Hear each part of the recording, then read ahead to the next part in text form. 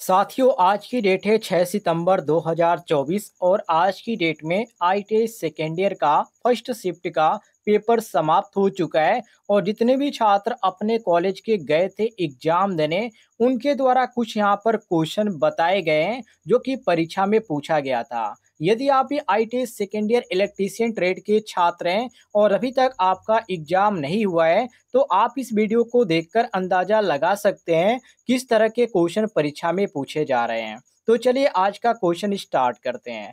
पहला क्वेश्चन आज की डेट में साथियों पूछा गया था, जो आप स्क्रीन पर देख सकते हैं। डिवाइस सिंबल का नाम क्या है? यहाँ पर जो आपको स्क्रीन पर एक सिंबल दिखाया जा रहा है, ध्यान से देखिएगा। इस सिंबल का नाम पूछा जा रहा है, इसको किस नाम से जाना जाता है? यदि आपको इसका आंसर मालूम है तो कमेंट बॉक्स में बताते भी चलिएगा। साथियों, इसको बोला जाता है डायक। क्या बोला जाता है साथियों? डायक बोला जाता है। और ऑप्शन में जो आपको डायक देखने को मिलता है, वो ऑप्शन नंबर सी देखने को मिलता है। तो सी ऑप्शन साथियों करेक्ट आंसर हो जाएगा। अगले सवाल को देखिए। अगले सवाल में पूछा जा रहा है कि एससीआर का कौन सा चतुर्थांश प्रचालन रिवर्स बाइसिंग में भारी करंट देता है? वेरी वेरी इंपॉर्टेंट क्वेश्चन है साथियों। चलिए इसको आप फटाफट आंसर दीजिए। सही जवाब होगा साथियों बी। जितने भी छात्र गए थे एग्जाम देने, उन्होंने बी ऑप्शन मारा। तो बी ऑप्शन करेक्ट आंसर हो जाएगा, तीसरा चतुर्थांश। अगले सवाल को देखिए। अगले सवाल में पूछा जा रहा है कि हाफ वेव रेक्टिफायर में आउटपुट डीसी वोल्टेज क्या है यदि इनपुट एसी वोल्टेज 24 वोल्ट है? तो सही जवाब होगा साथियों 10.8 वोल्ट। कितना? 10.8 वोल्ट। और ऑप्शन में जो आपको सही देखने को मिल रहा है, वो ऑप्शन नंबर डी देखने को मिल रहा है। डी साथियों आपका करेक्ट आंसर हो जाएगा। अगले सवाल को देखिए।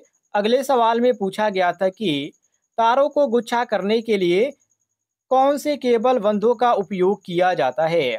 जैसे कि यहाँ पर बहुत सारे ऑप्शन दिए गए हैं, इनमें से कौन सा ऑप्शन सही होगा?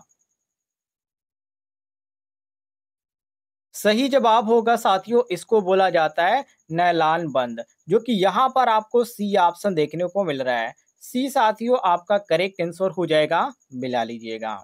आगे देखते हैं अगले सवाल को।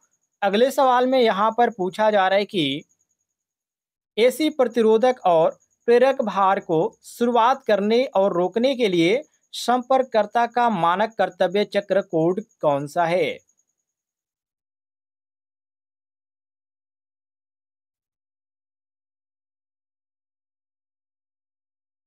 सही जवाब होगा साथियों, यहाँ पर आपको AC2 ऑप्शन देखने को मिल रहा है।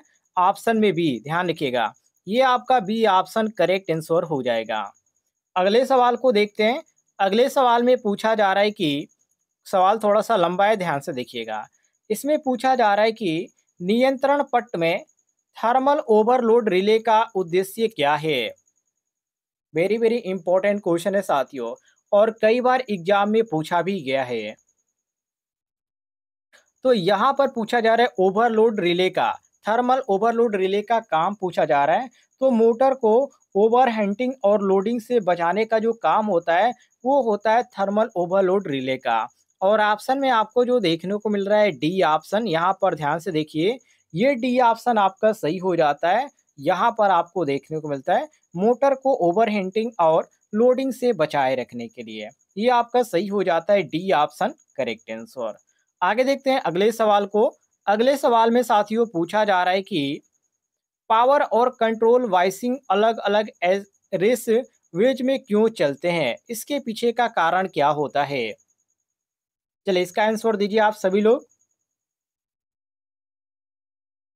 तो ये इंटरफेस जो होता है साथियों, उसको कम करने के लिए किया जाता है। मतलब कि रेडियो जो हस्तक्षेप होता है, उसको कम करने के लिए किया जाता है। और यहाँ पर आपको बी ऑप्शन देखने को मिल जाता है, बिल्कुल करेक्ट आंसर। यहाँ पर ध्यान से देखिए, रेडियो हस्तक्षेप को कम करने के लिए बी ऑप्शन करेक्ट आंसर आपको देखने को मिलता है। आगे देखते हैं अगले सवाल को। अगला सवाल है साथियों आप सभी के सामने। अगले सवाल में पूछा जा रहा है कि भी अपान एफ अर्थात किसी भी ड्राइव में भी अपान एफ अनुपात को स्थिर रखना क्यों आवश्यक है? इसके पीछे का कारण क्या है? इसको स्थिर रखने का? ये सवाल में पूछा जा रहा है। सही जवाब होगा साथियों यहाँ पर सभी मोटरों की जो गति होती है उसको रेटेड बलागुण पे बनाए रखने के लिए ऐसा किया जाता है। और यहाँ पर आपको जो सही देखने को मिल रहा है वो डी ऑप्शन साथियों आपका करेक्ट आंसर हो जाता है। डी हम करेक्ट आंसर मारेंगे, मिला लीजिएगा। चलिए आगे बढ़ते हैं, अगले सवाल को देखिए। अगले सवाल में यहाँ पर पूछा जा रहा है कि डीसी मोटर में बलाघूर्ण के समानुपाती कौन सा है? डीसी मोटर में जो बलाघूर्ण होता है साथियों उसके समानुपाती क्या होता है? ईएमएफ होता है या फील्ड धारा होता है या उसमें जो टर्मिनल वोल्टेज होता है वो होता है या आर्मेचर करंट होता है, क्या होता है? तो साथियों इसमें आर्मेचर जो करंट होता है वो जो होता है बलाघूर्ण के समानुपाती होता है। और डीसी मोटर की केस में पूछा जा रहा है, इसको भी ध्यान रखिएगा, आप कहीं डीसी जनरेटर ना समझ लीजिएगा। यहाँ पर आपका डी ऑप्शन सही हो जाएगा। चलिए आगे देखते हैं अगले सवाल को। अगले सवाल में साथियों पूछा जा रहा है कि निरंतर आउटपुट वोल्टेज का उत्पादन करने के लिए एक स्वचालित वोल्टेज स्टेबलाइजर में किस इलेक्ट्रॉनिक सर्किट का उपयोग किया जाता है? ये भी आपका इंपॉर्टेंट क्वेश्चन है। तो इसमें आपका ज़रूरत पड़ता है फीडबैक की। कि क्या चीज़ की ज़रूरत पड़ती है? फीडबैक सर्किट की ज़रूरत पड़ती है। और ये आपको जो ऑप्शन में देखने को मिल रहा है, वो ऑप्शन में यहाँ पर डी ऑप्शन आपको देखने को मिल रहा है। डी साथियों आपका करेक्ट आंसर हो जाएगा। आगे बढ़ते हैं, अगले सवाल को देखिए। अगले सवाल में साथियों यहाँ पर पूछा जा रहा है कि वोल्टेज और एम्पियर प्रति घंटे की गणना करें यदि समांतर में जुड़े चार सेल 1.5 वोल्ट और 8 द यहाँ पर दिया गया है और इसके रूप में यहाँ पर रेट की गई है।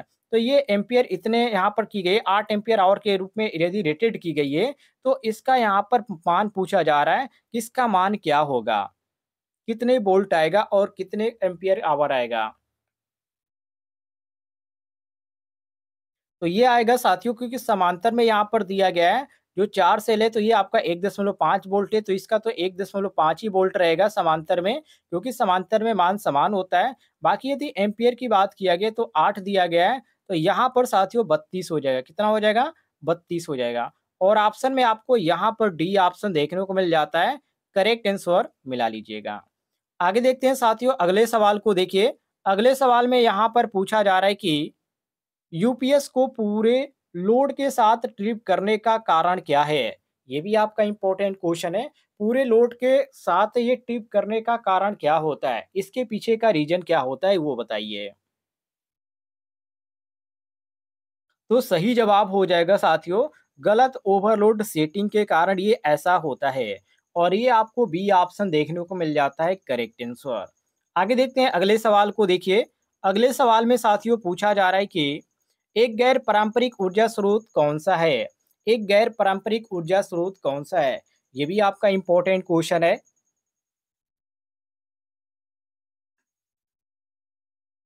सही जवाब होगा साथियों सूरज की किरणें। यहाँ पर आपको बी ऑप्शन देखने को मिल रहा है, ये बी ऑप्शन आपका सही हो जाता है, मिला लीजिएगा। आगे देखते हैं साथियों अगले सवाल को देखिए। अगले सवाल में पूछा जा रहा है कि जनरेटर का नाम क्या है यदि इसका क्षेत्र आर्मेचर के समानांतर जुड़ा हुआ है? उसका यहाँ पर पूछा जा रहा है कि उस जनरेटर को हम किस नाम से जानेंगे।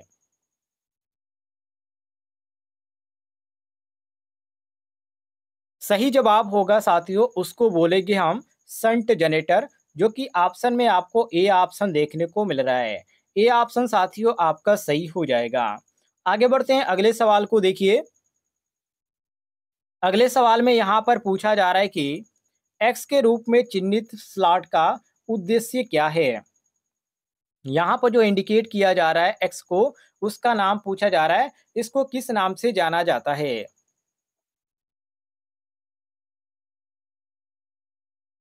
तो साथियों इसको बोला जाता है फिक्स की, अर्थात कुंजी तरीका भी कह सकते हैं या ठीक करने के लिए एक कह सकते हैं कि कुंजी जो होता है उसको ठीक करने का ये तरीका है। इसको यहाँ पर होल बोला जाता है। और ऑप्शन में आपको ए ऑप्शन देखने को मिल जाता है to fix the key way. Option में आपका ए ऑप्शन सही हो जाएगा, मिला लीजिएगा। आगे बढ़ते हैं अगले सवाल को देखिए। अगले सवाल में साथियों यहाँ पर पूछा जा रहा है कि डीसी मोटर की गति की गणना करने के लिए किस सूत्र का उपयोग किया जाता है। वेरी वेरी इंपॉर्टेंट क्वेश्चन है साथियों। इसका सही जवाब होगा, इसका जो सही सूत्र होता है वो एन बराबर ई बी अपान फाई होता है। एन बराबर ई बी अपान फाई। और ऑप्शन में जो आपको सही देखने को मिलता है वो ऑप्शन नंबर ए साथियों आपका सही हो जाएगा, मिला लीजिएगा। आगे देखिए अगले सवाल को। अगले सवाल में यहाँ पर पूछा जा रहा है कि यदि कॉइल पिच पोल पिच से कम है तो वाइंडिंग का नाम क्या होगा, या उस वाइंडिंग को किस नाम से जानते हैं, ये सवाल पूछा जा रहा है। तो सही जवाब होगा साथियों, उस वाइंडिंग को बोला जाता है शॉर्ट कॉटेड वाइंडिंग। क्या बोला जाता है? शॉर्ट कॉटेड वाइंडिंग बोला जाता है। ये आपका डी ऑप्शन सही हो जाएगा, मिला लीजिएगा। आगे बढ़ते हैं साथियों अगले सवाल को देखिए। अगले सवाल में यहाँ पर पूछा जा रहा है कि 4 बिंदु स्टार्टर में होल्डिंग कॉइल से जुड़े प्रतिरोधक का उद्देश्य क्या है। वेरी वेरी इंपॉर्टेंट क्वेश्चन है साथियों।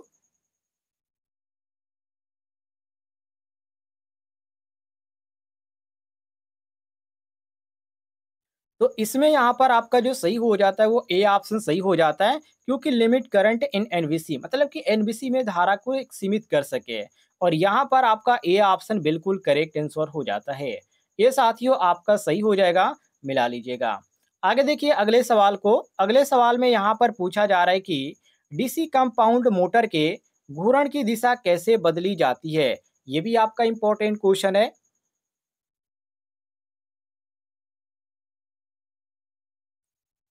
तो जब भी डीसी कंपाउंड मोटर के घूर्णन की दिशा बदलने की बात किया जाए तो उस समय हम आर्मेचर धारा की दिशा बदल देते हैं, तो उसकी जो दिशा होती है, घूर्णन की जो दिशा होती है वो बदल जाती है। ये आपका ए ऑप्शन सही हो जाता है। ये थे साथियों आज की डेट में एग्जाम में पूछे गए क्वेश्चन। यदि आप डेली पाना चाहते हैं तो इस वीडियो के नीचे आपको एक बटन दिख रहा होगा सब्सक्राइब वाला, उसे जरूर दबाइएगा।